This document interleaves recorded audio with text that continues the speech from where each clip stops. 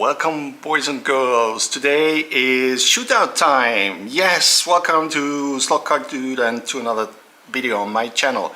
Today I'm at my Clubtrack, Nürburgring, you can see it in the background, and we're gonna have a look at the 1-32 shootout that I promised to you.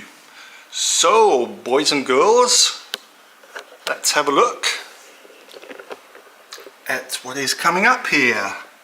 There is a fourth car that I got in just recently that's gonna join us. It's the Mustang from Thunderslot. We've got the Porsche RSR from Scale Auto. We've got Mr. Slotcar, the well-known Shadow, and Thunderslot, the McLaren Elva, said to be the fastest 1-32 Can-Am car out of the box. All four are out of the box, no magnet, no trimmed, trued rear tires as they are, just the front axle adjusted.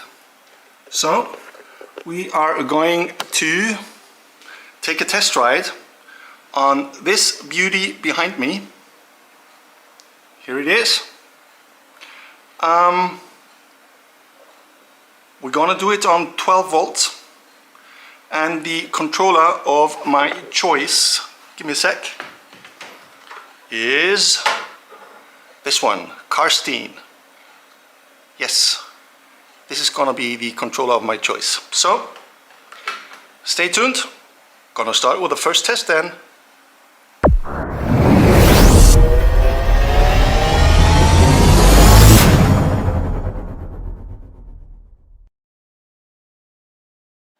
So 12 volts as promised.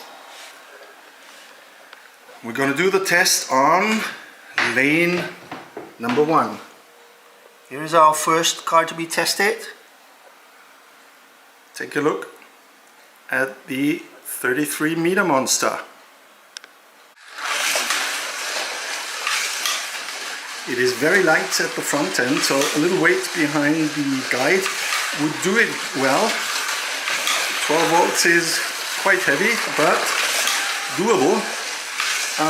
Again, driving very carefully as the front end is very light, and it does tend to get out of the slot, D-slot, when you accelerate too early. So you really need to go through the corner before you push that acceleration. So this was test number 1, Mustang. So next up is the Porsche RSR, and I already tried.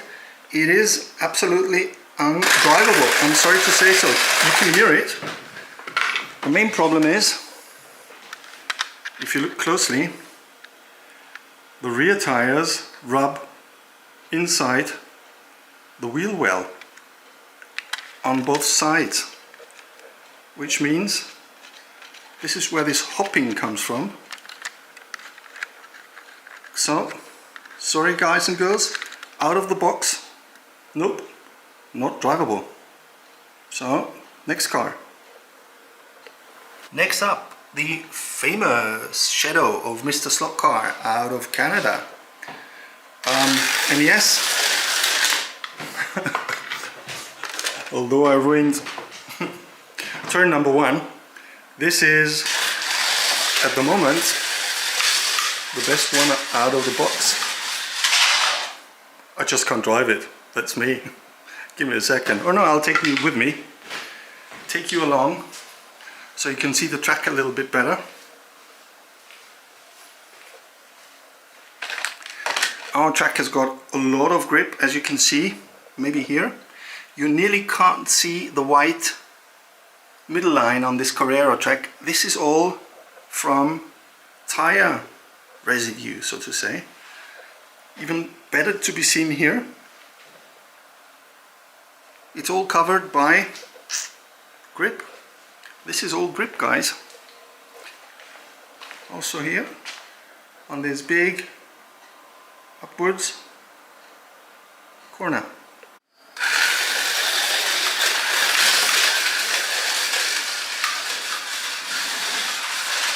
So as you can see, the Shadow is like, drives like a 1-24 car if you ask me. No weight, no true tires, just out of the box, just front axle adjusted.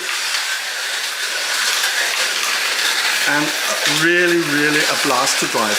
And I'm sure you can tune up this car to even a better performance. But again, this is out of the box. A beauty on track. And here we have the Elva on track. Not very loud, the gear mesh is really nice and the car does drive very nicely, but a little, I'll call it floppy. So this car definitely needs additional weight and a little trimming, pruning of tires, adjusting, but this is also a really great runner if you ask me. My personal power ranking here. Okay, guys, girls, I did a few more laps with the Shadow, and what I did is I took out 2 screws and it got me about 1/10 to 2 on this track, on this 33-meter track. What I did is I undid those outside screws, this one up here and this one down here. I took them completely out and just left the wobble to the front and to the rear screw. So this got me about 1 to 2/10, not in average, as a standard on the track behind me. So the Shadow is a track killer out of the box. If you would add weight and trim it and adjust it, this can be a real fast car just out of the box. So my favorite, yes, Mr. Slotcar, you did well. Okay, and just to give you an idea on how I distribute my weight, there are 2 small stripes on the outside and 2 small in the middle. The outside ones are for calming down when going into a corner. The middle ones are to keep the car stable in the slot. And this is to show you the result. After I put weights in, the car is a lot more stable, not that nervous anymore going into corners or coming out of corners, staying more stable in the slot. There's still a little tuning or a lot of tuning to be done, but just by adding the weight already made a large improvement on the behavior of the car.